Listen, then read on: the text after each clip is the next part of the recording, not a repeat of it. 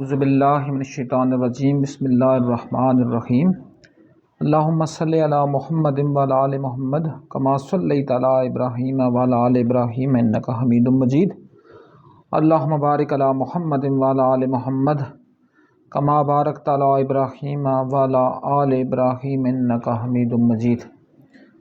باری تعالیٰ خالق کون و مکان، خالق کل عالمین، رب العالمین، رب الناس، رب الجن اور ہر زمانے کی ہر زیرو کے خالق رب تعالیٰ کا لاکھ لاکھ شکر ہے کہ اس نے ہمیں محمد مصطفیٰ صلی اللہ علیہ وآلہ وسلم کی امت کا ایک ادنا فرد بنا کر اس دنیا میں جلوہ افروز کیا، اور اس سے اوپر اللہ کا لاکھ لاکھ شکر اس بات کا جس کا میں شکر اللہ کا ادا کرنا اپنا فرض عین سمجھتا ہوں کہ اللہ نے مجھ ناچیز کو مسلمان سے زیادہ انسانیت کے کرائٹیریے کو اور انسانیت کے ایک روپ کو پرکھنے کا مجھے ایک ملکہ دیا، اور پرکھنے کی ایک میرے پاس اس نے ایک چھوٹی سی جو میرے لیے اس کے لیے تو ایک چھوٹی سی حکمت تھی، لیکن میرے لیے وہ کائنات کا سب سے اولین اور کائنات کا سب سے آخری خزانہ تھا کہ اس نے مجھے انسان کو پرکھنے کا ملکہ دیا۔ میں تو جب بھی بات کرتا ہوں میں تو یہ بات کرتا ہوں کہ جو بھی سائنس کہتی ہے، سائنس ہمیں کیا کہتی ہے؟ سائنس ہمیں کہتی ہے کہ جو جاندار اجسام ہیں، جاندار اشیاء ہیں، وہ دو حصوں میں تقسیم ہوتی ہیں، ایک جانور ہے اور ایک پودے ہیں۔ پھر ہم جانور سے جب اوپر جاتے ہیں تو جانور سے اوپر جا کر بندہ جو اس سے اوپر کی چیز بنتی ہے، یا اس کا جو ایک جس کو کہتے ہیں نا کہ ایک اس کا ماسٹر پیس بنتا ہے، وہ آدمی ہے۔ آدمی مطلب آدم کا بیٹا۔ اس لیے کسی نے میں اس کے بعد وہ بات کروں گا جو میں بھی کرنا چاہتا، لیکن اس جملے کے بعد کروں گا۔ دوسری بات کیا ہے جب آدمی کا سپر نیچرل چیز ختم ہو جاتی ہے، جب آدمی ایٹ دا اینڈ ہوتا ہے، جب وہ ایٹ دا ہائیسٹ رینک آتا ہے تو وہ انسان بنتا ہے۔ اس لیے کسی نے بڑی زبردست بات کی تھی نا کہ آدمی تو ہر گھر میں ہر منٹ میں پیدا ہوتے ہیں، بلکہ دنیا میں راؤنڈ اباؤٹ جو سائنس کہتی ہے کہ ایک منٹ کے اندر کم و بیش 1,00,000 جو زیرو ہیں وہ دنیا میں تشریف آور ہوتی ہیں، رونق افروز ہی ہوتی ہیں، جو کہ ہر بندہ جو ہوتا ہے، ہر بچہ وہ فطرت سلیم پر پیدا ہوتا ہے، تو وہ تو اس کے والدین ہیں جو اس کو انسان بنائیں یا جانور بنائیں یا درندہ بنائیں، یا اس کو جو بھی ایک اس کو جس کو ہم جو بھی ورڈ استعمال کر سکیں۔ تو بڑی زبردست بات تھی کہ آدمی تو ہر گھر میں اس کائنات کی اس کے اوپر اپنا کائنات کی وسعتوں کے اوپر، کائنات کی مختلف انواع و اقسام کے اوپر آدمی ہر گھر میں پیدا ہو رہے ہیں، لیکن انسان کسی کسی گھر میں پیدا ہوتے ہیں اور کسی کسی گھر میں پلتے ہیں، پھلتے ہیں، پھولتے ہیں اور بڑھتے ہیں۔ تو دوسری بات آ گئی میری، جب انسان جب ایٹ دا سپریم پہنچتا ہے تو پھر وہ کیا بنے گا؟ آدمی سپریم پر پہنچ کر انسان بنے گا، انسان سپریم پر پہنچ کر پھر وہ بنے گا مسلمان، سکھ، یہودی، ہندو، ایچ اینڈ ایوری تھنگ۔ لیکن کب؟ جب اس کے اندر یہ چیز کرائٹیریا پیدا ہو جائے کہ میرے ہاتھ اور زبان سے ہر چیز محفوظ ہو جائے گی، میرے ہاتھ اور زبان سے دوسرا انسان محفوظ ہو جائے گا، تو وہ ایٹ دا سپر نیچرل چیز کا ایک فینومنا ایک کنسیڈر ہوگا، جس کو ہم مسلمان کہہ دیں، چونکہ مسلمان اللہ پاک قرآن میں فرماتے ہیں ان الدین عند اللہ الاسلام، کہ اللہ کے یہاں دین صرف اسلام ہی ہے۔ وہ دین موسوی کے جو پیروکار تھے ایٹ دا ارلیسٹ اور ایٹ دا پیک، جو کہتے تھے لا الہ الا اللہ موسیٰ کلیم اللہ، وہ بھی اسلام کے اوپر تھے۔ جو لا الہ الا اللہ ابراہیم خلیل اللہ کہتے تھے وہ بھی اسلام پر تھے۔ جو لا الہ الا اللہ عیسیٰ روح اللہ کہتے تھے وہ بھی اسلام پر تھے۔ فطرت جو ہے نا دین کی، کیونکہ اللہ نے قرآن میں جب کہہ دیا تو ہمارے لیے وہ بات عرف آخر ہوگی، ان الدین عند اللہ الاسلام۔ لیکن یہ جو دم چھلا نما مسلمان ہیں، جن کو شاید اس کا بھی نہیں پتہ کہ ہمیں دنیا میں بھیجا کس لیے تھا۔ دیکھیں اللہ اگر خود فرماتا ہے یہ جو انسان ہے یہ میری سب سے موسٹ ایک جس کو کہتے ہیں نا ماسٹر پیس چیز ہے۔ اللہ 4 قسمیں اٹھا کہتا ہے لقد خلقنا الانسان فی احسن تقویم، میں نے انسان کو ایک اچھی، ایک بہترین، ایک ایٹ دا ہائیسٹ رینک والی صورت پر پیدا کیا۔ اللہ تو خود کہتا ہے نا، تو لیکن یہ ہے کہ بدقسمتی سے اور بد نصیبی سے ان لوگوں نے وہ چیز ہی کھو دی۔ اللہ خود فرماتا ہے قرآن میں، پھر کیا کہتے ہیں اللہ پاک کہ لیسا للانسان الا ما سعی، انسان کو وہی ملے گا جس کی وہ صحیح کرے گا۔ تو ہم کیسے کہہ سکتے ہیں کہ ہم دن پورا بدوائیں نکالیں، یا اللہ امریکہ کو تباہ کر، یا اللہ اسرائیل کو تباہ کر، یا ان کی توپوں میں کیڑے ڈال، اور ہم ہاتھ پر ہاتھ دھرے بیٹھے رہیں؟ ہماری مارکیٹس، صبح تو نہیں کہوں گا چونکہ صبح کہنے سے وہ صبح کی توہین ہو جائے گی، دن کے 12 بجے سے بعد اگر کھلیں تو دن ہو گیا نا، بلکہ اگر آپ ویسٹرن کلچر کی بات کریں تو وہاں تو 12 بجے تو دوسرا اگلا ایک پورا ڈے ہے، اس کا ایک کیا کہہ سکتے ہیں، اس کا ایک پورا فیز چینج ہو رہا ہوتا ہے۔ اور اگر ہم اسلام کے پوائنٹ آف ویو پر جائیں تو اسلام کے پوائنٹ آف ویو پر تو دن کے بعد ہماری تاریخ بدل جاتی ہے، نئی تاریخ شروع ہونے، چاند کی جو ہے نا اس کی گروتھ، چاند کی برتھ شروع ہو جاتی ہے، اور پھر مغرب کے وقت نیا ایک روپ آ جاتا ہے اس کائنات کے اوپر۔ اور بڑی زبردست بات یہاں میں کروں گا کہ اسلام کا سب سے بڑا جو خاصہ ہے، جو اسلام کی ایک بہت بڑی ایک ایکانیت ہے، اسلام نے اس لیے تو نہیں کہا، اسلام میں رات پہلے آ رہی اور دن بعد میں آتا ہے، رات پہلے اور دن بعد میں، جبکہ مغرب کے کلچر میں آپ کہیں گے وہاں دن پہلے اور رات بعد میں۔ تو اس لیے اللہ کا ہمارے پر لاکھ لاکھ، اگر ہم چاہیں، اگر ہم سوچیں، لیکن بدقسمتی سے ہمیں تو یہ بھی نہیں پتا، نام کا کلمہ تو ہم نے پڑھ لیا، ہم نے کہہ دیا لا الہ الا اللہ محمد رسول اللہ، لیکن ہمیں پتہ ہی نہیں ہے لا الہ الا اللہ کیا ہے اور محمد رسول اللہ کیا ہے۔ ہمیں پتہ ہی نہیں ہے کہ لا الہ الا اللہ کا جو پہلا جو صیغہ ہے وہ کہتا ہے نہیں ہے کوئی معبود ما سوائے اللہ کے۔ تو سب سے جو پہلے شروع ہوتا ہے وہ لا سے شروع ہوتا ہے، لا سے، ہاں سے نہیں سے۔ نہیں کا صیغہ وہاں یوز ہوگا جہاں اس چیز کے اوپر زیادہ زور دیا جائے گا، کہ اگر ہم یہ کہہ رہے ہیں کہ نہیں ہے کوئی معبود سوائے اللہ کے، کہ ایک اللہ ہی ہے جو معبود ہے، لیکن جب ہم دن چڑھتے ہیں، دن چڑھے جب ہم 12 بجے آ کر کاروبار شروع کریں اور پھر ہم کہیں ہمارے کاروبار میں برکت ہو، تو اللہ آپ کے کاروبار میں برکت نہیں لائے گا، کیونکہ آپ اس کا اصول فطرت توڑ رہے ہیں۔ جب آپ فطرت کا اصول ہی توڑ رہے ہیں تو آپ کیسے کہیں گے آپ کے مال میں برکت آئے گی؟ جب آپ کے دفاتر میں رشوت سر عام تقسیم ہو، جب آپ کے روزمرہ کے معمول میں شراب کو آپ صرف ڈرنک کا نام دیں، آپ کیسے کہہ سکتے ہیں کہ آپ کے ہاں وہ انسانیت یا مسلمانیت آئے گی؟ انسانیت اور مسلمانیت بہت بات کی بات ہے، اور اس کے لیے ضروری کیا ہے؟ لیکن سب سے جو بڑی بات ہے وہ کیا ہے؟ آپ کا روح جو ہے، روح آپ کا انٹرنل، لیکن ایک ہوتا ہے نا آپ کا پرسونا، جس کو ہم کہتے ہیں انگلش میں پرسنالٹی، آپ کی شخصیت، وہ تو آپ کا ظاہر ہے نا، وہ آپ کا ظاہری اتار چڑھاؤ ہے۔ نماز پڑھنا آپ کا ظاہری فعل ہے، روزہ رکھنا آپ کا ظاہری فعل ہے، زکوٰۃ دینا آپ کا ظاہری فعل ہے، حج کرنا آپ کا ظاہری فعل ہے، جہاد کرنا آپ کا ظاہری فعل ہے، لیکن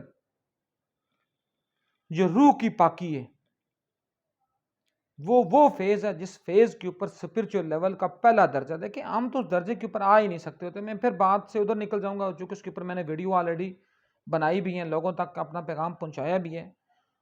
جب ہم عقل سے اوپر جائیں گے، عقل سے ماورا ہو جائیں گے، عقل سے بالا ہو جائیں گے، تو پھر ہمیں یہ فرق نہیں پڑے گا کہ ہم نے کون سے کپڑے پہنے ہوئے ہیں، ہمارے کوٹ کا رنگ کیسا ہے، ہمارے بالوں کا کلر کیسا ہے، ہم نے کیسے کلر کے جوتے پہننے ہیں، ہم نے کیسے کلر کو اپنے آپ کو جس کو کہتے ہیں کہ فلکچویٹ کرنا ہے، ہم نے کیسے اپنے آپ کو فلورش کرنا ہے۔ تو پھر ہمیں یہ پتہ چلے گا کہ ہماری روح ہم سے کیا ڈیمانڈ کرتی ہے، ہمارا انٹرنل سٹرکچر ہم سے کیا ڈیمانڈ کرتا ہے۔ پھر ہمیں پتہ چلے گا کہ اللہ نے ہمیں دنیا میں بھیجا کس لیے تھا۔ لیکن یہ تو روح ہے نا، یہ تو جسم ہے، جس کے بارے میں کہتے ہیں ڈفرنٹ آرائیں۔ میں امام جعفر صادق علیہ السلام کی ہی وزڈم کو لے کر آگے نکل رہا ہوں، جو کہ میں وہ بات کروں گا جو بات عام فہم ہے۔ بعض باتیں چونکہ ہر بندے کی سمجھ کے لیے نہیں ہوں گی، اس لیے میں وہی بات کروں گا جو لوگوں کی سمجھ میں آ جائے۔ ہم کہتے ہیں کہ جو انسانی جسم ہے یا جو جاندار کا جسم ہے وہ 4 اشیاء سے مل کر بنا ہے، 4 اشیاء سے، ہوا، پانی، مٹی اور آگ، ٹھیک ہے نا؟ Is it clear? 4 باتوں سے مل کر بنا ہے۔ لیکن یہ کیا ہے؟ یہ آپ کا جسم ہے، یہ آپ کے جسم کی بات کر رہی ہے، یہ آپ کے روح کی بات نہیں کر رہی۔ This is just a matter of your body. This is just a matter of your outer structure. آپ کی جلد۔ اچھا ایک اور بڑی زبردست بات، شاید میرا خیال ہے آپ لوگوں کے لیے یہ بات کسی کے لیے نئی ہو، ہر ایک کے لیے نئی تو نہیں ہوگی۔ آپ نے قرآن میں پڑھا ہوگا نا بار بار، بالخصوص سورہ واقعہ میں مختلف اوقات میں اللہ مالک الملک فرماتے ہیں کہ جب میں جہنمیوں کو سزا دوں گا تو کیا ہوگا، ان کی جلد بار بار ریپیٹڈلی آئے گی. کہتے ہیں نا کنٹینیول پروسیس ہوگا، کنٹینیول تسلسل کا عمل ہوگا کہ پرانی ہماری جلد ختم ہوگی اور پھر اس کے بعد ہماری نئی جلد پرانی جلد کی جگہ ریپلیس کرے گی. تو میرا کہنے کا مطلب یہ ہے کہ وہ کیوں ہے؟ کیا آپ نے کبھی سوچا؟ اسلام تو ہمیں بار بار بتاتا ہے، سائنس تو ہمیں بار بار بتاتی ہے، اسلام ہمیں کہتا ہے تفکر کرو، غور کرو. قرآن میں اللہ پاک 700 سے زیادہ مقامات پر فرماتا ہے کہ میری کتاب میں، میرے احکامات میں، میرے جس کو کہتے ہیں پیغام میں، افلا تتفکرون، تفکر کرو، افلا تدبرون، تدبر کرو، غور و فکر کرو. لیکن کیا ہم نے غور کیا؟ کیا ہم نے کبھی وائی کے کوشچن کا جواب دیا کہ کیوں؟ وٹ کی بات تو ہم کر لیتے ہیں کہ روح یہ ہے، وٹ کی بات ہم کر لیں گے کہ روح کا یہ سٹرکچر ہے، یہ اس کی کمیونیکیشن ہے، یہ اس کا وے آف ایک ماڈیفکیشن ہے، وے آف لیونگ آرگنزم ہے، یہ تو ہم کہہ دیں گے. بٹ ہم نے کبھی اس کی انٹرنل سٹرکچر کی بات کی؟ کبھی نہیں کی نا. کیوں نہیں کی؟ کیونکہ ہم وائی کے کوشچن کے اوپر جانے ہی نہیں چاہ رہے ہوتے. ہم صرف باڈی کے اوپر بات کرتے ہیں. ہم صرف یہ کہتے ہیں کہ ہماری باڈی کو کس چیز کی ضرورت ہے. دیکھیں ہماری باڈی چونکہ بنی ہے مٹی، پھر پانی، پھر آگ، پھر ہوا، ان کا بھی اپنا اپنا ایک جو اجزاء ترکیبی ہیں. جس طرح اللہ پاک قرآن میں ڈائریکٹلی فرماتا ہے کہ میں نے ہر جاندار چیز کو پانی سے پیدا کیا، تو پھر اللہ پاک خود فرماتے ہیں کہ جو مٹی ہے وہ آدم کے پتلے میں جو ہے وہ اپنا وہ مٹی سے بنا، مٹی کو گوندا گیا، گوندنے کا مطلب وہاں بھی پانی استعمال ہوا، گارا بنا، وہ پھر سوکھنے کے لیے چھوڑا، اب تو اسٹرکچر، اب تو سو آن. اور پھر مٹی کی قسمیں بنی جو سخت مٹی سے جن کی اجسام بنے وہ تھوڑے سے سخت عادات والے ہوئے، جو سافٹ مٹی سے بنے ان کی تھوڑی سافٹ نیچر کی بات ہوئی. لیکن کیا ہم نے یہ مٹی جسم کے اوپر تو ہم نے بہت بات کی، کیا ہم نے مٹی کے اوپر ہی بات کیا ہم نے انٹرنل سٹرکچر کے اوپر ہی بات کی؟ کیا ہم نے کبھی اس کے اوپر سوچا کہ آدم کا جب پتلا بن گیا تو اللہ نے جب کہا کہ اے فرشتوں اب تم سجدہ کرو اس کو، اس کا کیا مطلب تھا؟ کہ آدم کو سجدہ تھا؟ اس کے اوپر کبھی غور کیا کیا مطلب تھا؟ آدم کو سجدہ تھا؟ نعوذ باللہ، آدم کو سجدہ تو تھا ہی نہیں. اگر یہ بات میں کہہ دوں تو مولوی تو کل ہی میرا قیمہ بنا دیں. وہ سجدہ کس کو تھا؟ آج تو کوئی زیارات پر جاتا ہے، کوئی مزار پر جاتا ہے، وہاں کوئی بندہ جس کے دل جو جس کو کہتا ہے سخت ہوا ہوا ہے، وہ وہاں جا کر جب اپنا سینہ اگر وہ مذاق رکھے، پتھر کو سینے پر رکھتا ہے، لوگ پھر بھی اس کے اوپر بھی اعتراض کرتے ہیں کہ یہ شرک کر رہا ہے. لیکن اے شرک کے ٹھیکیدارو، کیا تم نے کبھی یہ سوچا کہ اللہ نے کیوں کہا کہ آدم کو سجدہ کرو؟ وہ سجدہ آدم کو نہیں تھا، وہ سجدہ اللہ کے امر کو تھا، وہ اللہ کے حکم کو سجدہ تھا. اور جنہوں نے سجدہ کیا وہ فرشتے ٹھہرے، وہ ملائکہ ٹھہرے. جنہوں نے سجدے سے انکار کیا وہ شیطان مردود بن گیا. اب یہاں ہم نے کوئی دین کا ٹھیکیدار نہیں بننا، نہ ہم نے یہاں مذہب کا کوئی پیروکار بننا ہے، نہ مذہب کا پجاری بننا ہے. ہم نے اللہ کے حکم کی بات کرنی ہے. اب جس طرح ایک اور آج کل بات بڑی چل رہی ہے جی، بڑی ایک نوسر بازی ہے جی کہ ہمارا قبلہ اول جو ہے وہ کفار کی پنجہ استبداد میں. اور کیا مطلب کس کو آپ مطلب اتنا زیادہ الو کا پٹھا بنا رہے ہو؟ اللہ پاک ڈائریکٹلی قرآن میں خود کہتا ہے کہ زمین پر جو پہلا گھر تھا، پہلا گھر وہ کیا تھا؟ للذی ببکۃ مبارکا، وہ مکہ میں تھا جو ببرکت بھی تھا، اور ہدی للناس، انسانوں کے لیے ہدایت کا ذریعہ بھی تھا. تو پہلا گھر جو بنا وہ مکہ میں ہی تھا، مکہ میں ہی ہے، اور مکہ میں ہی انشاءاللہ رہے گا. تو جب شریعت اللہ پاک نے انسان کی ایک کہتے ہیں کہ اس کو نظام دینے کے لیے جب پہلے شریعت تو اس طرح آدم علیہ السلام کی بھی شریعت تھی، نوح علیہ السلام کی بھی شریعت تھی، لیکن جب ایک منضبط سٹرکچر کے ساتھ جب ایک انسان کی فلاح کا ایک نظام دیا گیا تو وہ سب سے پہلے شروع ہوا جناب ابراہیم علیہ السلام پر. اس لیے آج کل جتنے بھی مذاہب ہیں، زرتشت جو ہیں، جو مجوسی ہیں، جو آگ کی پوجا کرتے ہیں، جو اپنے آپ کو کہتے ہیں کہ ہم یحییٰ علیہ السلام کی امت میں سے، وہ بھی ڈائریکٹلی جناب ابراہیم علیہ السلام کی شریعت کے فالوور ہیں. عیسائی ڈائریکٹلی حضرت ابراہیم علیہ السلام کی شریعت کے فالوور ہیں یا کلیم کرتے ہیں. یہودی ڈائریکٹلی حضرت ابراہیم علیہ السلام کی شریعت کے فالوور یا کلیم کرتے ہیں. مسلمان ہم پڑھتے ہیں اللہم صلی علی محمد وعلی آل محمد کما صلیت علی ابراہیم وعلی آل ابراہیم، جیسے تو نے صلوات بھیجی ابراہیم پر اور آل ابراہیم پر، ویسی صلوات بھیج محمد پر اور اولاد محمد پر. تو مسلمان بھی اپنے آپ کو، محمد مصطفیٰ نے خود کہا، جو سپر نیچرل انسان ہیں یا سپر نیچرل اللہ کی مخلوق ہیں. بلکہ یہ ایک بات لمبی ایک اور پیرا میں جائے گی، اس کے اوپر میں پھر کبھی بات کروں گا، لیکن میں یہاں رکتا ہوں. انہوں نے کہا کہ میں اپنے باپ ابراہیم کی دعا کا نتیجہ ہوں. یہ علیحدہ بیس ہے کہ محمد اس وقت بھی اللہ کے نبی تھے جب آدم پانی اور مٹی میں گوندا جا رہا تھا. یہ ایک بات کی بات ہے. اس کی بات تب آپ کو سمجھ آئے گی جب آپ انٹرنل سٹرکچر آف باڈی، جب آپ انٹرنل کی بات کریں گے، انٹرنیٹی کی بات کریں گے. آپ ایکسٹرنلٹی کی بات نہیں کریں گے، آپ انر تھنکنگ کی بات کریں گے، انر فیلنگ کی بات کریں گے. اس کے لیے سب سے پہلی بات ہے جس کے اوپر میں آج بات کروں گا یا بات کرنا چاہوں گا یا اپنا پیغام آپ تک پہنچانا چاہوں گا، وہ کیا ہے؟ روح کیا ہے؟ روح کی تلاش کیسے کی جا سکتی ہے؟ یہ روح ہے کیا؟ یہ اللہ کا امر تھا کیا جو اللہ نے کن کہا، پھونکا آدم کے پتلے میں، تو آدم کے پتلے میں جان پڑ گئی. وہی روح جو اندر جا نہیں رہی تھی، وہی پھر وہ روح باہر آنے کے لیے تڑپ رہی تھی، باہر نہ آنے کے لیے تڑپ رہی تھی کہ میں نے باہر نہیں آنا. اس کے بارے میں کیا کہا گیا؟ کیا کسی نے سوچا آج تک کہ میں نے انسان کو اس کے بارے میں کام کیا؟ تمام کام جو کیا وہ ڈیفرنٹ، جو فلاسفر نے کام کیا وہ سارے ویسٹرن تھے. مسلمانوں نے کیا کام کیا؟ میں قرون اولیٰ کے مسلمانوں کی بات نہیں کر رہا، میں آج کل کے دم چھلا نما مسلمانوں کی بات کر رہا ہوں. تو کیا کہا جی؟ اللہ پاک سے پوچھا گیا، میرے آقا محمد مصطفیٰ صلی اللہ علیہ وآلہ وسلم نے فرمایا اللہ گویا ہوئے اور قرآن کی واضح آیات بولی. کہتے ہیں نا قرآن ناطق بھی ہے اور قرآن صامت بھی ہے. تو قرآن جو صامت قرآن تھا اس میں بھی وہ موجود ہے. ناطق قرآن محمد مصطفیٰ صلی اللہ علیہ وسلم جو دنیا سے ہماری ان چھوٹی چھوٹی معصوم اور ان جس کو کہتے ہیں نا کہ اپنا ایک محدود طاقت رکھنے والی آنکھوں سے وہ محو ہو گئے، وہ دنیا سے گئے نہیں، دنیا سے ہم چلے گئے ہیں. تو محمد مصطفیٰ صلی اللہ علیہ وآلہ وسلم نے جب یہ پوچھا، جب محمد مصطفیٰ صلی اللہ علیہ وسلم کے دل میں یہ القاء آئی بات، تو مالک کل ملک نے سورہ بنی اسرائیل میں فرمایا کہ اے محمد یسألونک عن الروح، اے محمد یہ لوگ تم سے روح کے بارے میں پوچھتے ہیں. یسألونک عن الروح، تم سے کیا کہتے ہیں؟ روح کے بارے میں پوچھتے ہیں. تو تم کیا کرو؟ تم یہ کہو قل الروح من امر ربی، تم یہ ان کو کہو کہ روح اللہ کا امر ہے. وما اوتیتم من العلم الا قلیلا، اور تمہیں تو علم ہی کم دیا گیا، تم کس کی بات کرتے ہو؟ تمہارے پاس ہے کیا؟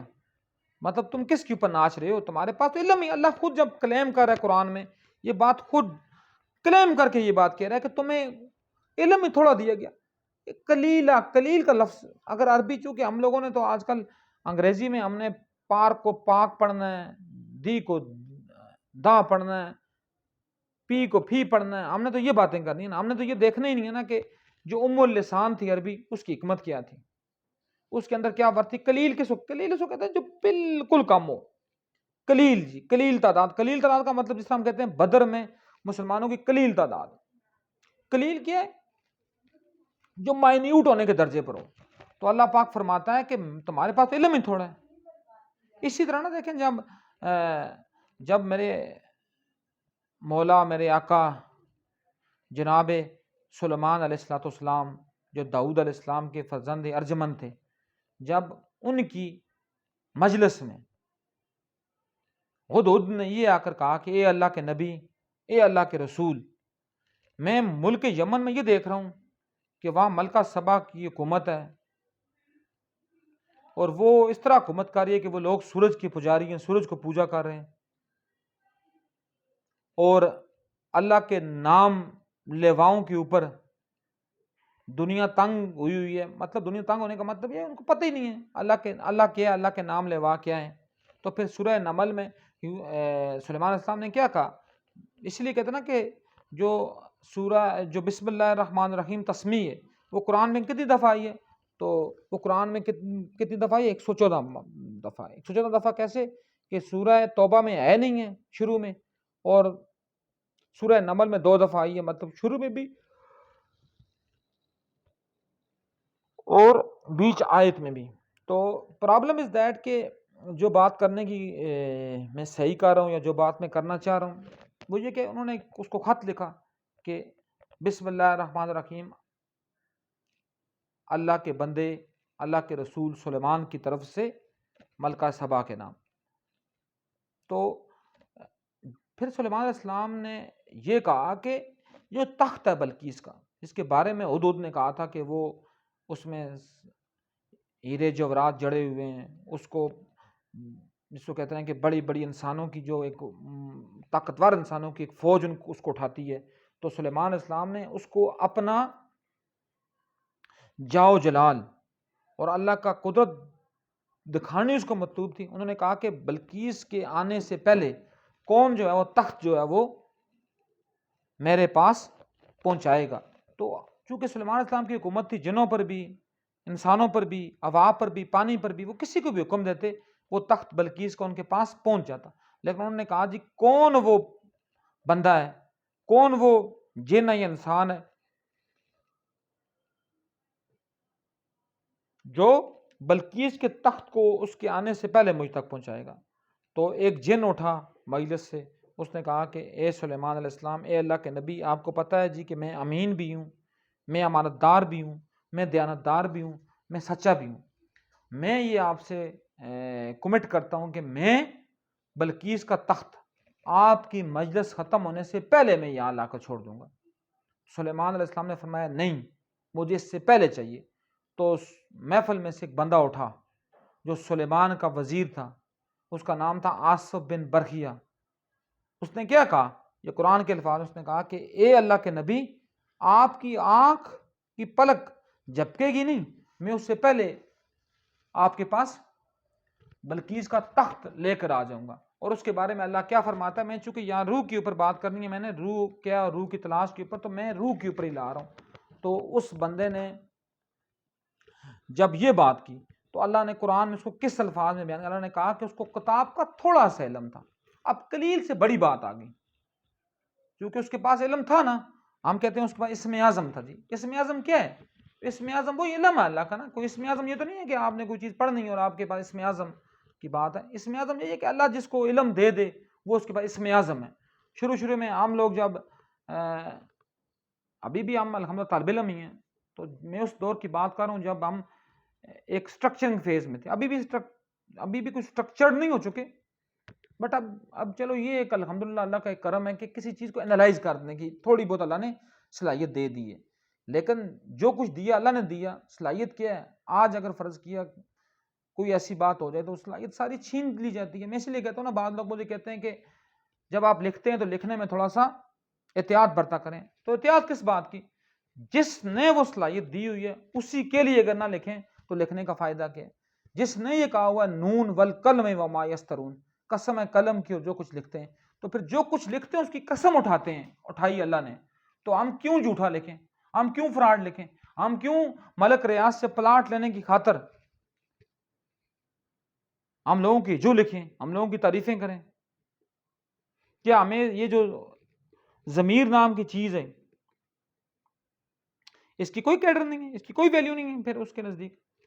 تو بات جب نکل رہی ہے تو اس کو میں کنکلوڈنگ ریمارکس کی طرف آتا ہوں. تو اللہ نے کیا کہا ہے؟ اس کو کتاب کا تھوڑا سا علم تھا، لیکن اللہ پاک سورہ رات کی آخری آیت پہ فرماتا ہے کہ اے نبی، تو ان لوگوں کی وجہ سے کس لیے پریشان ہوتا ہے؟ تیری رسالت پر میں گواہ ہوں، تیری رسالت پر وہ گواہ ہے جس کو کتاب کا سارا علم ہے، کتاب مبین. تو میں چونکہ وہاں بھی ایک تھوڑی سی ایک بات ایک اور پرائے میں چلی جائے گی، میں صاحب کتاب مبین کی بات کرنے سے بس تھوڑا ذکر خیر کر کے میں آگے نکل رہا ہوں. تو اسی لیے سرکار مولا کائنات کے اوپر بھی لوگوں نے بڑے بڑے الزامات اٹھائے، لوگوں نے بڑی بڑی باتیں کی، کیونکہ الزام ہمیشہ کس کے اوپر اٹھائے جاتے ہیں، لگائے جاتے ہیں؟ کس کا حسد کیا جاتا ہے، بغض کیا جاتا ہے؟ جس کے پاس کچھ ہوتا ہے. جس کے پاس کچھ ہے ہی نہیں اس کے پاس کیا کسی نے الزام لگانا ہے؟ اب یہ کمرہ ہے، اس کمرے میں کوئی سونا چاندی پڑا ہوگا تو یہاں چور آ کر اٹیک کرے گا نا. اگر چور کو پتہ نہیں ہے یہاں کچھ ہے ہی نہیں ہے تو چور نے کس بات کا اٹیک کرنا ہے؟ تو یہ بات تھی، یہ پوائنٹ تھا. تو اب ہم نے یہ بات کرنی ہے کہ روح تو ہوگی بات، روح کیا ہے؟ روح کیا ہے؟ اللہ کا قرآن میں حکم ہے، روح اللہ کا امر ہے. یسألونک عن الروح قل الروح من امر ربی وما اوتیتم من العلم الا قلیلا، کہ روح جو ہے وہ اللہ کا امر ہے اور آپ کو علم ہی کم دیا گیا ہے، قلیل دیا گیا ہے، قلیل. ٹھیک ہے، مطلب کم کا زمرہ نہیں ہے، یا قلیل کا زمرہ آیا جو نہ ہونے کے برابر ہوتا ہے. اب ہم یہ بات کر رہے ہیں روح کی ہم تلاش کیسے کر سکتے ہیں، وہ کون کون سے پیرامیٹرز ہیں، وہ کون کون سی اپنا ایک جس کو کہہ سکتے ہیں کوئی کون سے وہ ویو پوائنٹس ہیں، کون سی وہ ڈفرنٹ تھیالوجیز ہیں، کون سی وہ تھیوریز ہیں، کون سی وہ اپروچز ہیں جن کو ہم دیکھ کر ہم یہ کہیں کہ ہم روح کی تلاش میں لگیں. نہیں، اب روح کی تلاش کیسے ہو سکتی ہے؟ روح کی اگر کسی نے تلاش کرنی ہے اس کے لیے سب سے پہلی بات ہے کہ آپ کو اپنی انٹرنل فیلنگ کا احساس ہو، آپ کو اپنی میں مارنی پڑے. سب سے پہلے اپنی میں مارنی ہے، سب سے پہلی جو چیز ہے نا، پہلی چیز وہ کیا؟ آپ کی میں مارنی. وہ ایک بڑا مشہور و معروف واقعہ ہے، میں تھوڑا سا آپ سے شیئر کر کے میں مارنے سے شیئر کر کے میں آگے نکلتا ہوں. وہ میں کیسے ماری جائے گی؟ ایک اللہ کے ولی تھے، ان کے پاس ایک گاؤں کا پنڈ کا ایک چودھری آ گیا جی. اس نے زرق برق لباس پہنا ہوا تھا، کلخ کے کپڑے تھے، کپڑوں میں مایا لگا ہوا تھا، وہ کپڑے آکڑ. اسی لیے اسلام نے کلخ لگے ہوئے کپڑے کاٹن کے اوپر جو کلخ، ان سے منع فرمایا. کیوں؟ کہ اس کے پہننے سے بندے میں اکڑ آتی ہے. کیوں کھدڑ کے کپڑے پہننے پر زور دیا گیا؟ کیونکہ اس کے پہننے سے بندے میں عاجزی آتی ہے، بندہ اپنے آپ کو عاجز کنسیڈر کرتا ہے. اچھا، اب میں بات آپ سے کرنا چاہتا ہوں، وہ جب وہ پنڈ کا چودھری اس اللہ کے ولی کے پاس ہے تو وہ اللہ کے ولی کو کیا کہتا ہے کہ اے اللہ کے ولی مجھے آپ اللہ والا بنا دو. سمجھ آ رہی ہے بات؟ مجھے کیا کر دو آپ؟ اللہ والا بنا دو. تو لوگ بڑے حیرانوں پر وہ مطلب وہ جو تھے اللہ کے ولی وہ حیران ہوئے کہ اس پنڈ کے چودھری، اس دنیا دار بندے کو کیا ضرورت پڑی تھی کہ یہ آ کر اس کو اللہ والا بننے کی شوق پیدا ہوگی. تو انہوں نے بادل ناخواستہ انہوں نے اس کو ایک بات کی، انہوں نے کہا چودھری یہ کام ویسے نہیں ہوتے، یہ کام تب ہوتے ہیں کہ جب تم نے کوئی اپنی میں مار کرانی ہے تب. اس نے کہا جی میں تیار ہوں، میں اپنی میں مارنے کے لیے تیار ہوں، میں اپنی میں مار دوں گا، میں سب کچھ ختم کر دوں گا، لیکن یہ ہے کہ مجھے اللہ والا بننا ہے. انہوں نے کہا بالکل ٹھیک ہے، تمہاری پہلی جو ہے پہلا مہینہ وہ تمہارا مہینہ یہ ہوگا کہ تم نے جا کر مسجد کے باہر نمازیوں کی جوتیاں سیدھی کرنی ہیں، اور جوتیاں سیدھی بھی تب کرنی ہیں جب وہ تمہیں دیکھ رہے ہوں. وہ دیکھنے کا مقصد کیا تھا ان کا؟ کہ اس کی میں ماری جائے. لیکن جب چودھری پھر اس مہینے کے بعد آیا تو پھر اس کے اندر وہ ایک شان و شوکت والا جملہ موجود تھا. تو انہوں نے کیا کہا کہ اب اگلا مہینہ تو میری یہ دیوڑی جو میری ہے جس سے لوگ آتے اور جاتے، نکلتے اور جاتے اور آتے ہیں، اس پر تو نے بیٹھنا ہے، اور بیٹھ کر تم نے کیا کام کرنا ہے؟ آنے اور جانے والوں کا تم نے استقبال کرنا ہے، اس طریقے سے کرنا ہے کہ تم نے جاتے ہوئے بھی ان کے جوتے صاف کرنے، آتے ہوئے ان کے جوتے صاف کرنے. تو اس سے جب یہ کام بھی ہوا، لیکن پھر بھی جب وہ مہینے کے بعد آیا تو اس کی میں اس کے پاس پھر بھی موجود تھی، پھر بھی اس کی شان و شوکت میں کوئی کور و فر میں کوئی اتنا فرق نہیں آیا تھا. پھر انہوں نے کہا جی کہ اب یہ کام ہے جی کہ اب تو یہاں میری اس جگہ بیٹھے گا جہاں میں بیٹھتا ہوں. تو اس کے بعد انہوں نے اس کو یہ فرمایا کہ اب میں تمہارے اوپر وہ ایکسپیریمنٹیشن تمہیں اس فیز سے گزارنا چاہوں گا جس فیز سے گزرنے پر تمہارے اوپر کوئی ظلم بھی کر رہا ہو، تمہارے اوپر کوئی زیادتی بھی کر رہا ہو، تم نے اس کو پھر بھی معاف کرنا ہے، تم نے پھر بھی آگے سے چون چرا نہیں کرنا. انہوں نے اپنی جو کنیز تھی یا اپنی نوکرانی تھی، انہوں نے کہا کہ اب یہ کرنا ہے کہ یہ چودھری یہاں صبح بیٹھا ہوگا ہمارے جو مہمان خانہ ہے یا وغیرہ، تو تم نے یہ کرنا ہے کہ تم نے جتنا گند ہوگا رات کا، جتنا بھی گند ہوگا گھر کے ڈفرینٹ یوٹینسلز کا، تم نے وہ ٹوکری میں بھرنا ہے اور اس چودھری کے اوپر وہ ٹوکری انڈیل دینی ہے. تو وہ صبح آئی, اس نے چودھری کے اوپر ٹوکری انڈیل دی. چودھری نے جتنی اس کو گالیاں آتی تھیں اتنی اس کو گالیاں نکالی, تو وہ چلی گئی.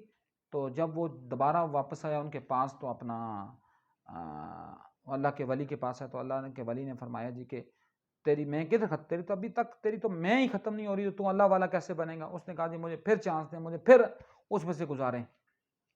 دوسرے دن تیسرے دن خطا کہ وہ اس کے اوپر پھینک دی جاتی, اس میں تھوڑی بہت کمیاں آتی جاتی. پہلے وہ گالیاں دے رہا تھا, پھر گالیوں سے وہ اس نے ناگواری کے احساس کیے. ناگواری کے احساس کے بعد پھر اس نے کیا کیا, پھر اس نے یہ کیا جی کہ سر نیچے جھکا لیتا تھا.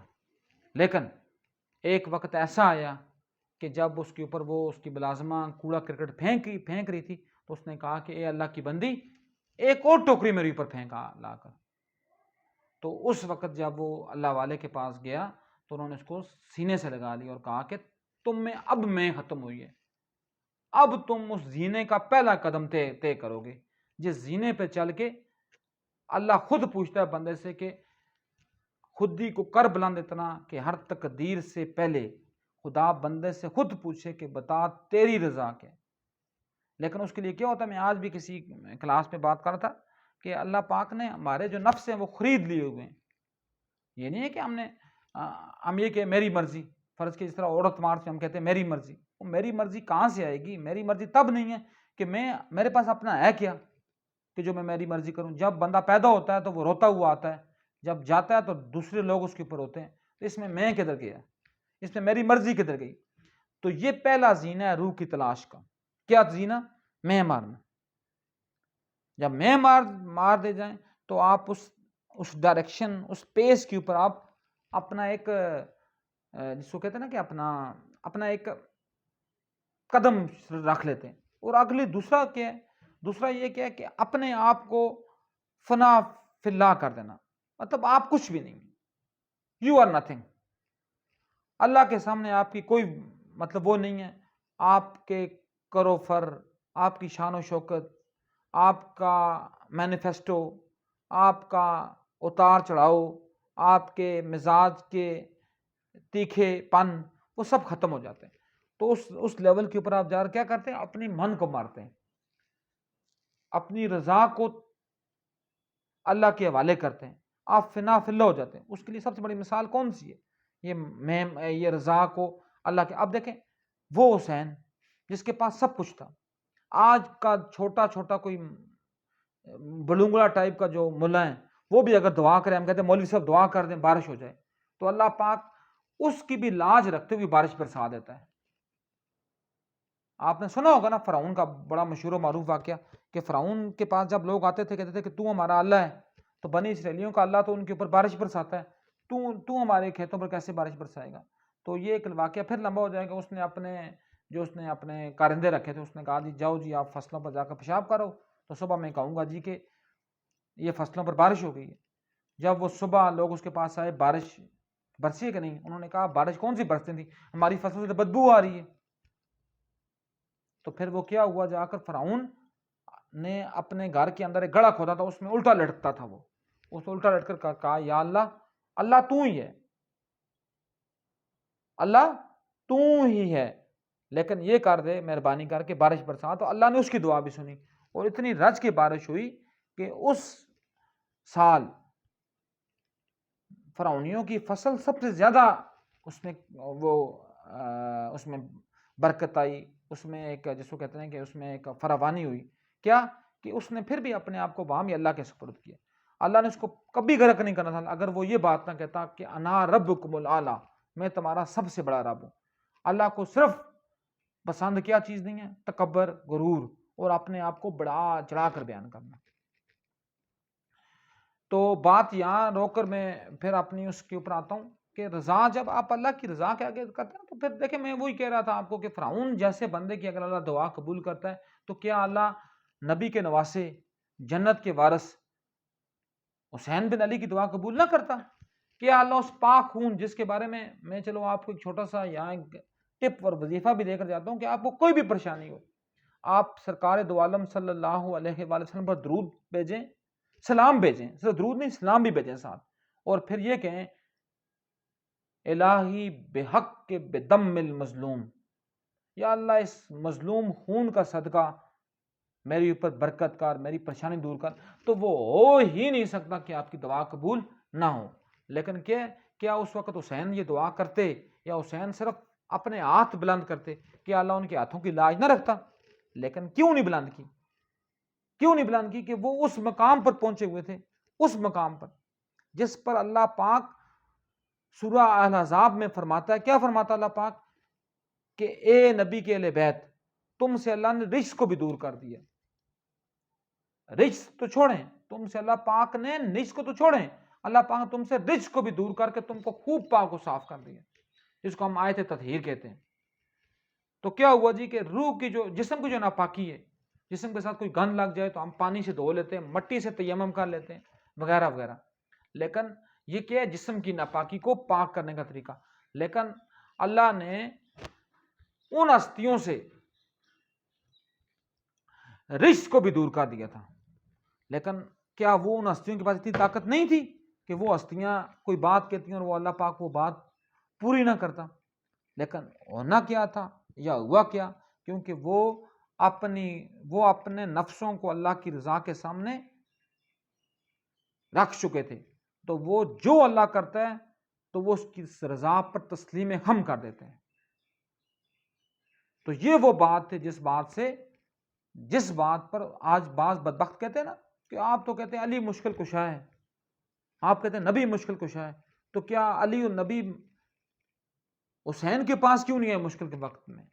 تو ان کے لیے، ان بدبختوں کے لیے، ان بدتنیتوں کے لیے اتنی سی بات ہے کہ تمہارے پاس ہے کیا؟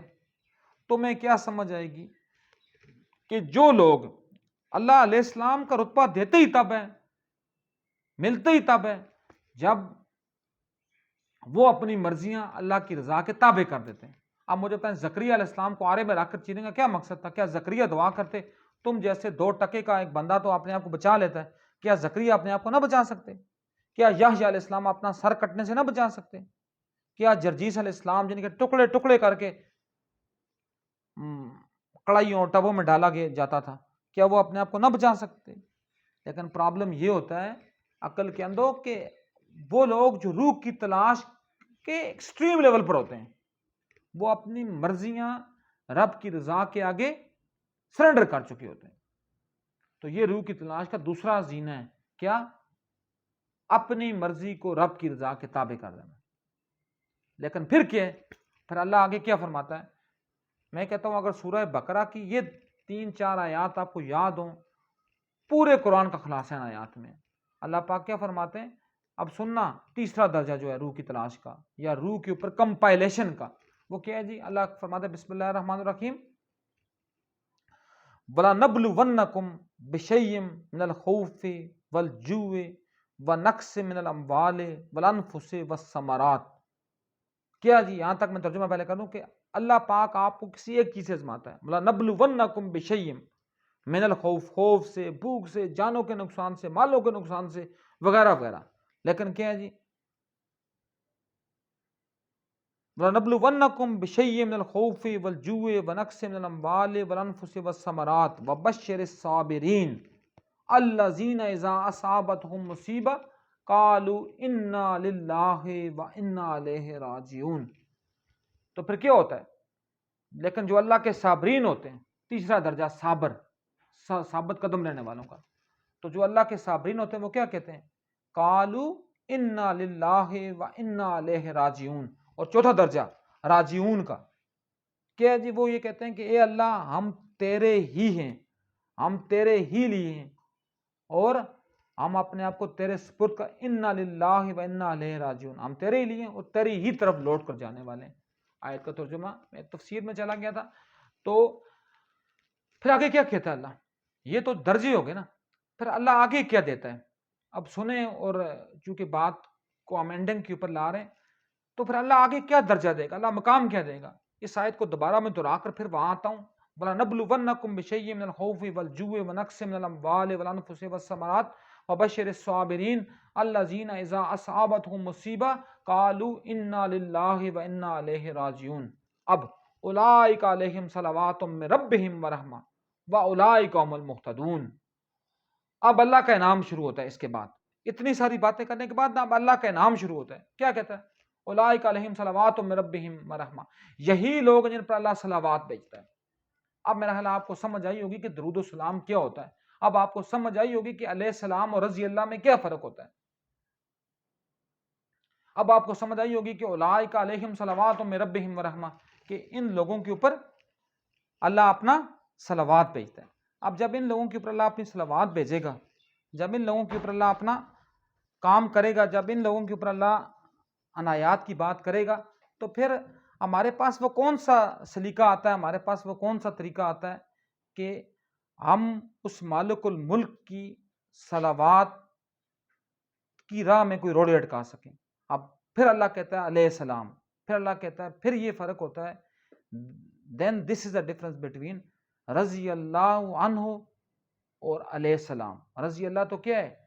اے اللہ تو ان سے راضی ہو، ہم دعا دے رہے ہوتے ہیں یا اللہ تو ان نیک بندے جو تیرے جنہوں نے اپنی جانیں، اپنا مال، اپنے وسائل، اپنے روزمرہ کے اعمال تیرے لیے رکھے، تو یا اللہ ہم دعا کرتے ہیں رضی اللہ تعالیٰ عنہ ہو کہ اے اللہ تو ان سے راضی ہو۔ اب یہ تو ہماری دعا ہے، آگے اللہ کو ہم باؤنڈ تو نہیں کر سکتے کہ تو نے راضی ہو نہیں ہونا ہے۔ اور اللہ پھر راضی کن کے لیے ہوگا؟ جس کے لیے اللہ نے خود کہہ چکا ہے، میں نے نہیں کہنا۔ سورہ بقرہ کی آیات ہیں، سورہ بقرہ دوسرے سپارے میں اللہ پاک نے ڈائریکٹلی یہ 4-5 آیات ان میں اللہ پاک نے پہلے کرائٹیریا بتایا کہ کیا کیا مراحل ہوں گے جن سے آپ گزریں گے۔ پھر اللہ پاک کہتا ہے اولئک علیہم صلوات من ربہم ورحمہ واولئک هم المہتدون، کہ یہی لوگ ہیں جن پر اللہ صلوات بھیجتا ہے، اور پھر یہی لوگ ہیں جو فلاح پانے والے ہیں، جو فلاح پا چکے ہیں۔ تو پھر ہم کہتے ہیں جناب عیسیٰ علیہ السلام، جناب زکریا علیہ السلام، کب کہ انہوں نے پہلے اپنی مرضیاں رضا الہی کے تابع کی، پہلے وَلَنَبْلُوَنَّكُمْ بِشَيْءٍ مِنَ الْخَوْفِ، پہلے وہ اس عمل سے گزارے گئے، خوف سے، بھوک سے، جانوں کے نقصان سے، مالوں کے نقصان سے۔ پھر اگلا کام انہوں نے کیا کہ انہوں نے صبر کیا، کس پر؟ وَبَشِّرِ الصَّابِرِينَ الَّذِينَ إِذَا أَصَابَتْهُم مُّصِیبَۃٌ، جب ان پر مشکل پیش آئی تو انہوں نے اس کے اوپر صبر کیا، اور پھر جب صبر کیا صرف صبر نہیں کیا، ساتھ اس کے اوپر شکر بھی ادا کیا کہ قالوا انا للہ و انا الیہ راجعون، انہوں نے اس کے اوپر یہ بھی کہا کہ ہم تو اللہ ہی کے لیے تھے، اللہ ہی کے لیے ہیں، اور ہم نے اللہ ہی کی طرف لوٹ کر جانا ہے۔ تو پھر اللہ اس کے اوپر کتنا بڑا انعام کہتا ہے۔ اللہ پاک فرماتا ہے، وہی جس کے بارے میں علامہ اقبال علیہ رحمہ نے ایک ماسٹر پیس ایک شعر کہا، جو میں پہلے بھی آپ کے ساتھ شیئر کر چکا،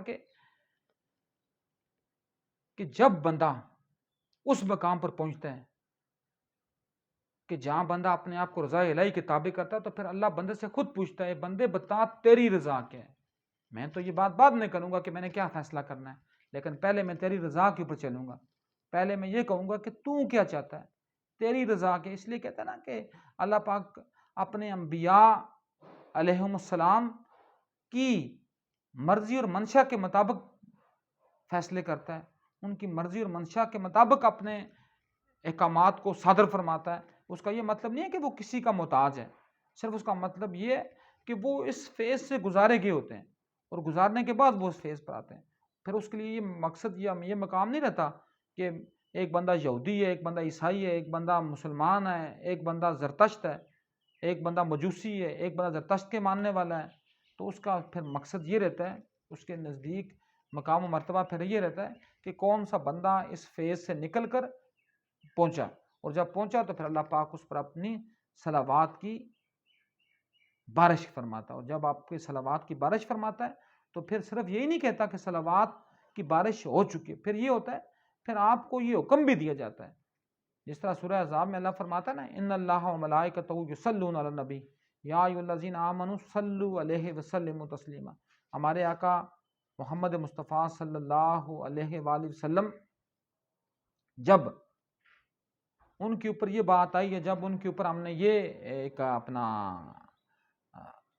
وہ بن مطلب پیدا ہونے سے پہلے بن باپ میں کہنا، اس سینس میں جناب عیسیٰ علیہ السلام کی بات کر رہا تھا، تو میں یہ کہنا چاہ رہا تھا کہ وہ جس وقت دنیا میں تشریف آور ہوئے تو ان کے والد گرامی جناب عبداللہ بن عبد المطلب علیہ السلام دنیا سے پردہ فرما چکے تھے. سرکار کی آمد سے پہلے سرکار کے والد دنیا میں موجود نہیں تھے. سرکار کی والدہ ماجدہ سرکار کی جس کو ہم کہیں نا بچپن کی لائف, جس کو ہم ٹوڈلرز کہتے ہیں انگلش میں, تو اس وقت اللہ کو پیاری ہو گئیں. سرکار کے دادا جان ابھی سرکار بچے تھے, وہ اللہ کو تو کیا ہوا پھر کیا ہوا جی, نبی کے اوپر اتنی مشکلات آئیں, اتنے ان کے اوپر فیض آئے. وہی مشرکین مکہ ان کو جادوگر, ساحر, مجنو اور پتہ نہیں کیا سے کیا کہتے تھے. ان کے اوپر اونٹ کی اوجڑی پھینکتے تھے. ان کے اوپر وہ جو بڑھیا تھی وہ ان کے اوپر کوڑا کرکٹ پھینکتی تھی. لیکن محمد مصطفیٰ صلی اللہ علیہ وسلم چونکہ اللہ کی سب سے سپریم اور سپر نیچرل چیز تھے, اللہ کی سپر نیچرل مخلوق تھے, ہیں اور رہیں گے, تو جب وہ ان فیض سے گزرے تو وہ صرف یہ نہیں ہوا اولئک علیہم صلوات من ربہم ورحمہ واولئک المہتدون, یہ نہیں, پھر اللہ نے رہتی دنیا کے لیے کہہ دیا کہ اللہ اور اس کے فرشتے محمد مصطفیٰ صلی اللہ علیہ وسلم پر درود بھیجتے ہیں. تو یہی مان لو تم بھی محمد مصطفیٰ صلی اللہ علیہ وسلم پر درود و سلام, صرف درود نہیں پڑھنا, ساتھ سلام بھی بھیجنا ہے. درود تو یہ ہے نا کہ ان کی برکات میں اضافے کے لیے, تو اگر ہم نہ بھی برکات میں اضافے کی بات کریں تو پھر بھی اللہ پاک یہ قرآن میں کہہ چکا ہے وَرَفَعْنَا لَكَ ذِكْرَكَ, تیرا ذکر بلند کر دیا گیا.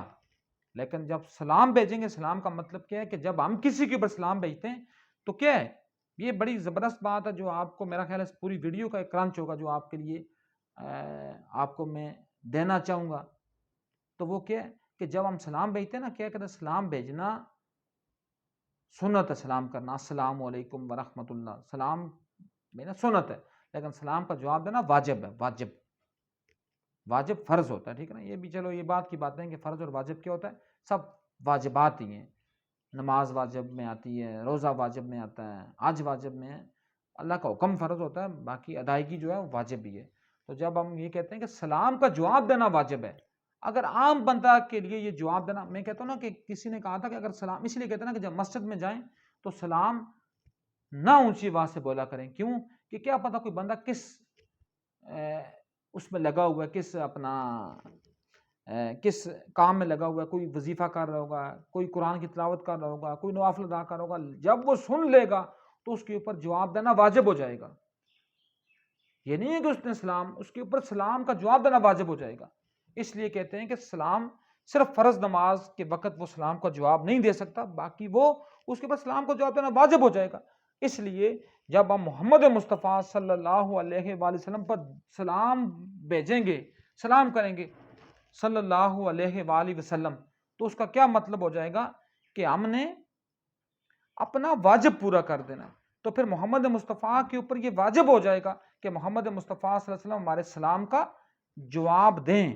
جب وہ ہمارے سلام کا جواب دیں گے,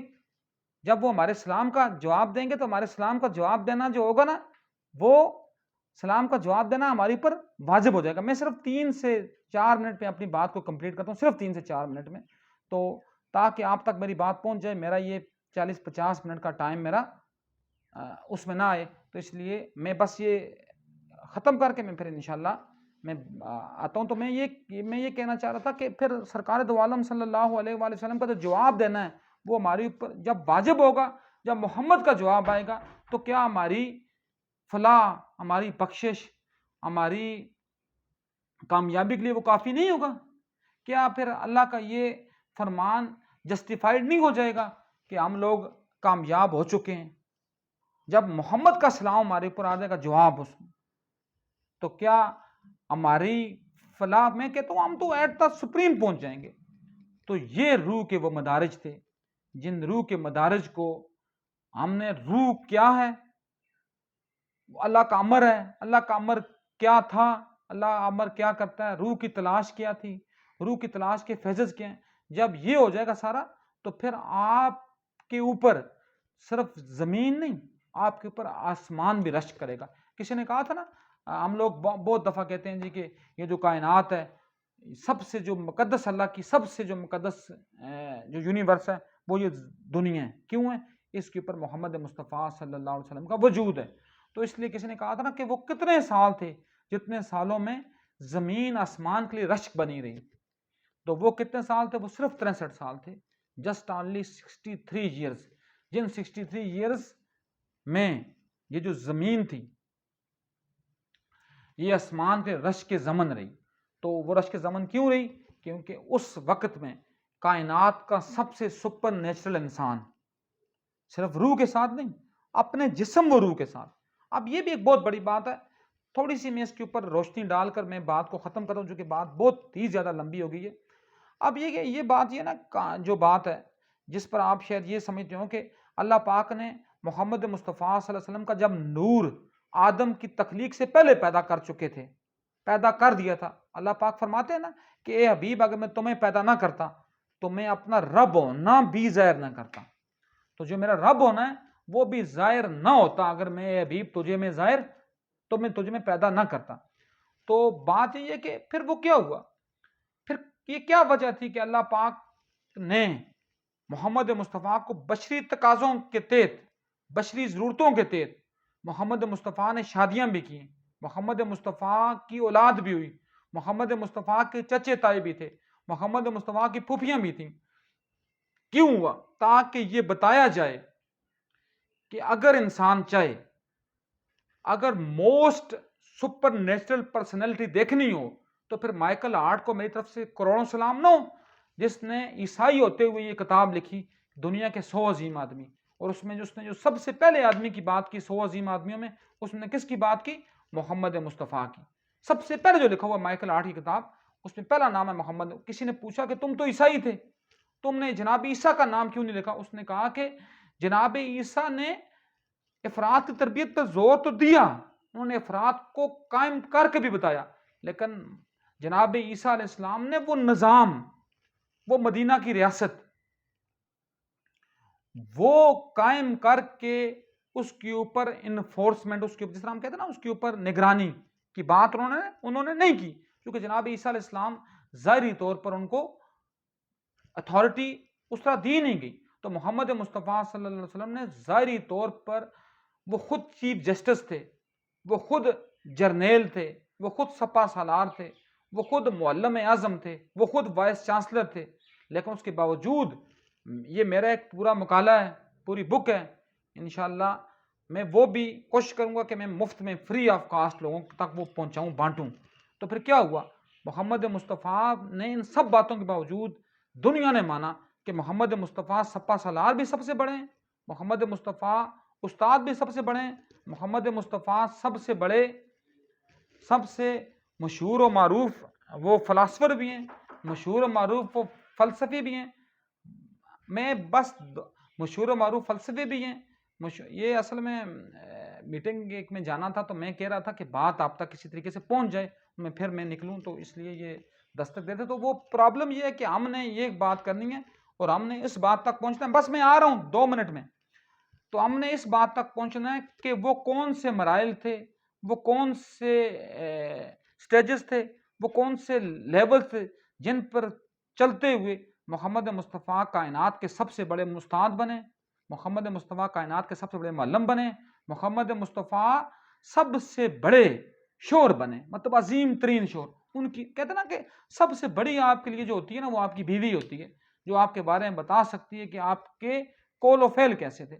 تو محمد مصطفیٰ صلی اللہ علیہ وسلم کی ازواج مطہرات، بالخصوص جناب بی بی خدیجہ الکبریٰ سلام اللہ علیہا، جن کی قدموں کی نالین کے اوپر میری نسلیں قربان ہوں، تو وہ کیا کہتی ہیں کہ میں نے محمد سے اعلیٰ اخلاق کا، اعلیٰ پائے کا، امانت دار، دیانت دار بندہ میں نے روئے زمین پر دیکھ. وہ بی بی خدیجہ جو صرف عام عورت نہیں تھی، وہ قریش کی سب سے بڑی تاجرہ تھی.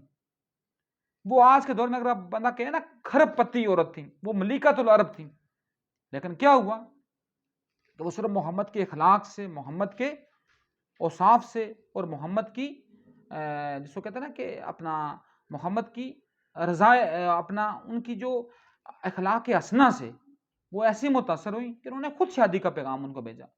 تو point of view is that کہ میرے آقا صلی اللہ علیہ وسلم سے رذائل کو دور کر دیا گیا. میرے آقا صلی اللہ علیہ وسلم کے اوپر اخلاق کے حسنہ کی، مواعظ حسنہ کی بچھاڑ کر دی گئی. کیوں؟